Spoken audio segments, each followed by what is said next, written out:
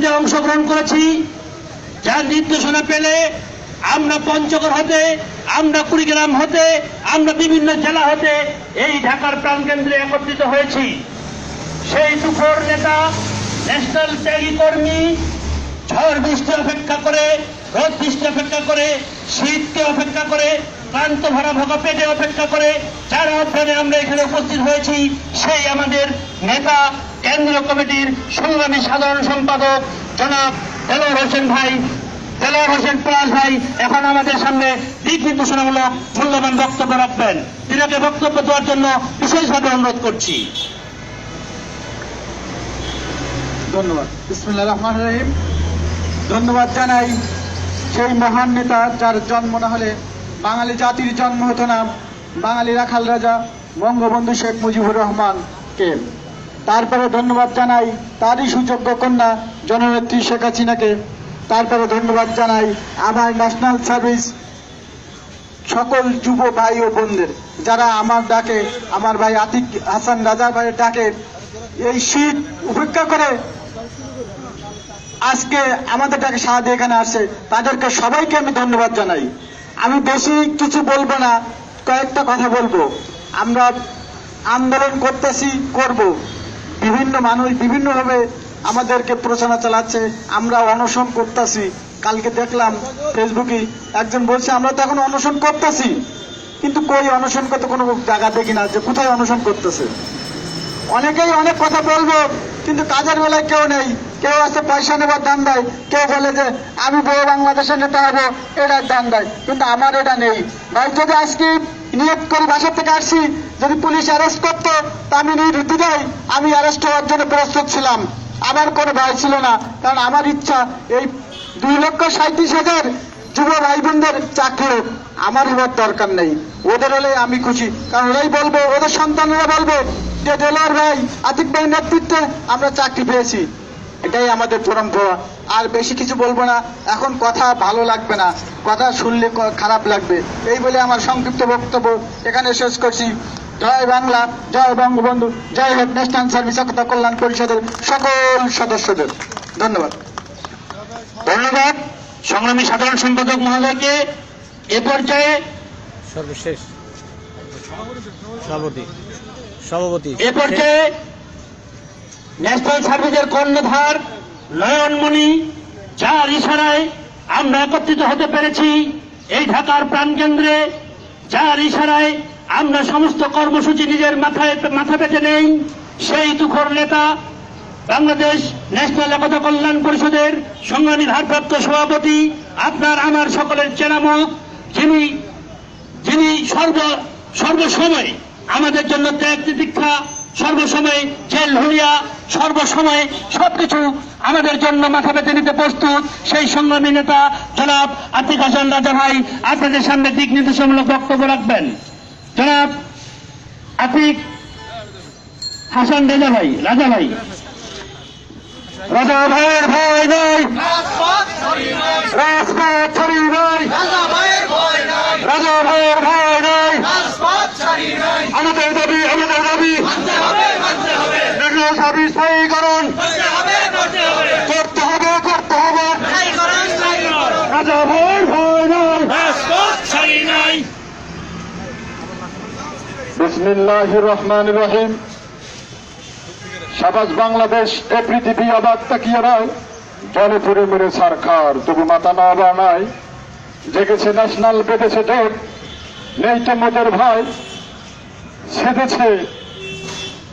সেজেছে নৌকা, সেজেছে বোট, ছিনিয়ে আনিবে জয়।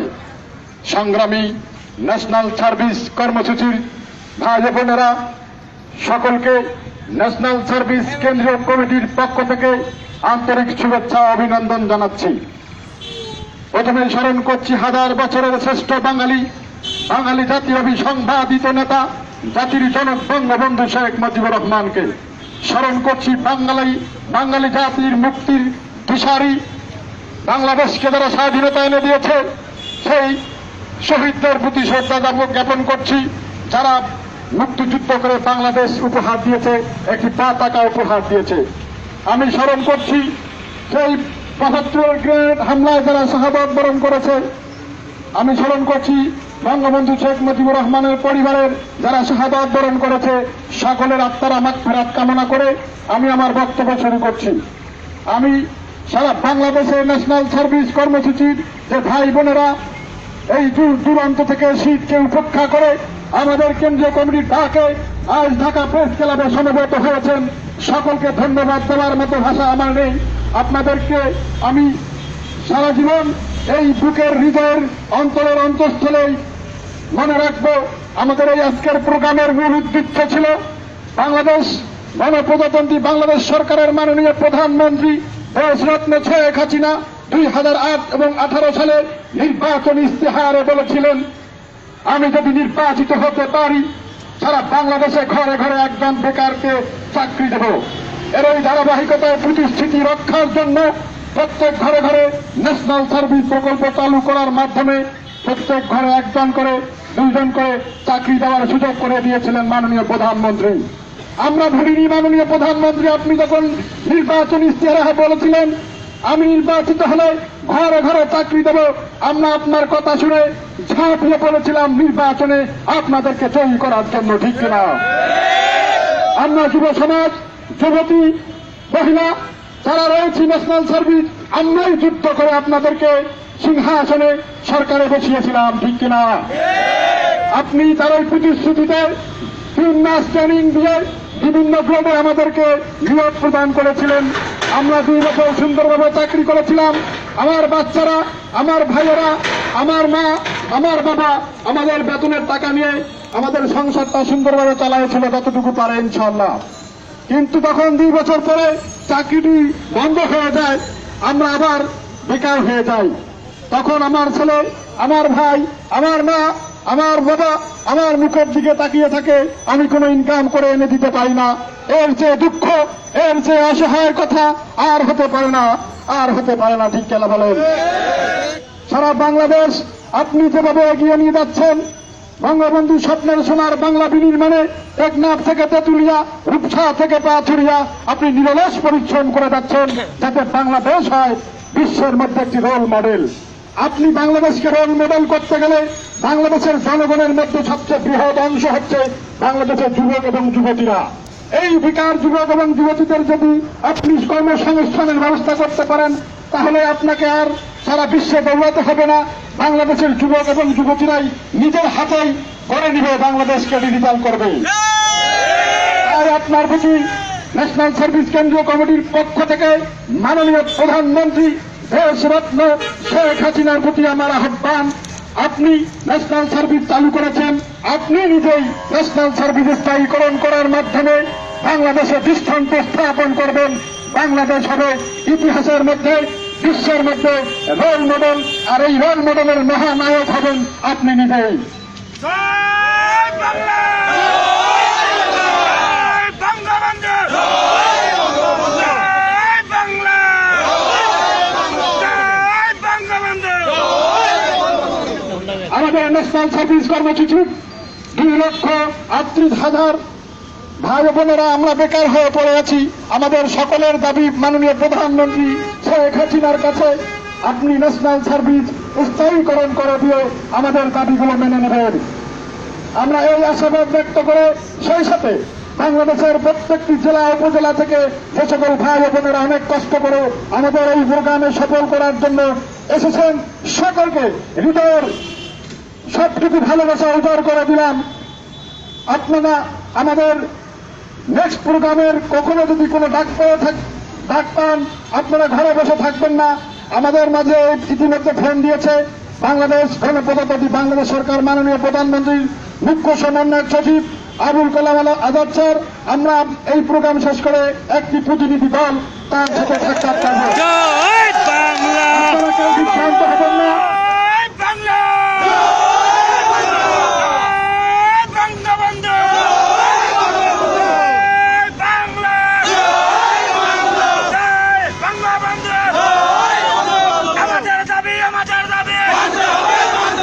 আমাদের দাবি, আমাদের দাবি! National service, national service! সবল হোক, সবল হোক! জয় বাংলা! তাই আমি সর্বশেষ বলতে চাই সকল ন্যাশনাল সার্ভিস ভাই ও বোনদের উদ্দেশ্যে, আপনারা অনেক কষ্ট করেছেন। সামনে যদি আরো কোনো কষ্ট করার প্রয়োজন মনে করি আপনাদেরকে ডাক দেব, আপনারা চলে আসবেন। আমরা আজকে প্রতিনিধি দল নিয়ে মুখ্য সমন্বয়ক সচিবের সাথে দেখা করব এবং উনি যদি আমাদের খুব তাড়াতাড়ি এটার জন্য ব্যবস্থা নেয় তাহলে আমরা নেক্সট কোনো প্রোগ্রামের ডাক নেব না। আর যদি আমাদের জন্য কোনো এই মাসের মধ্যেই কোনো ব্যবস্থা না নেয় আমরা এরপরে কি করতে হবে সেটা আপনাদেরকে মেসেজে জানিয়ে দেবো, ঠিক কিনা? তাই সকলে প্রস্তুত থাকবেন, আমরা প্রস্তুত আছি যতক্ষণ পর্যন্ত, যতদিন পর্যন্ত ন্যাশনাল সার্ভিস স্থায়ীকরণ না হবে অতদিন পর্যন্ত আমাদের আন্দোলন অব্যাহত থাকবে, এই আশাবাদ ব্যক্ত করে চলবে ন্যাশনাল সার্ভিসের কর্মসূচির আন্দোলন সকলকে সুস্বাস্থ্য কামনা করে শৃঙ্খলার সহিত অফিসে যাওয়ার জন্য ভাই অফিসে যাবেন, আমাদের তৎক্ষণ অফিসে সবাই যাবেন, এই আশাবাদ ব্যক্ত করে আজকের এই অবস্থান কর্মসূচি সমাপ্তি ঘোষণা করছি। জয় বাংলা, জয় বঙ্গবন্ধু, জয় হোক ন্যাশনাল সার্ভিস কর্মসূচি ভাই এবং